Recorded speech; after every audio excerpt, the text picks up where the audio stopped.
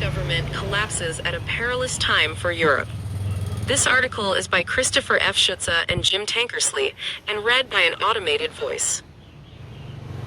The German government collapsed on Monday as Chancellor Olaf Scholz lost a confidence vote in parliament, deepening a crisis of leadership across Europe at a time of mounting economic and security challenges.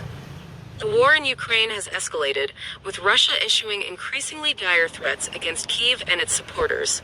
President-elect Donald J. Trump is set to take office in the United States, raising new questions over Europeans' trade relations and military defense. The government of France, the campaign is likely to be dominated by several issues that have vexed Europe in recent years. Both Germany and France are mired in debates over how best to revive their struggling economies, bridge growing social divides, ease over whether to increase government borrowing or implement further austerity measures, help to deepen the fissures in Mr. Scholz's government before it split apart. It is an inopportune time for Germany to be plunged into and his government of failing on a number of fronts. You are leaving the country in one of the greatest economic crises in post-war history, Mr. Merz said, addressing Mr. Scholz.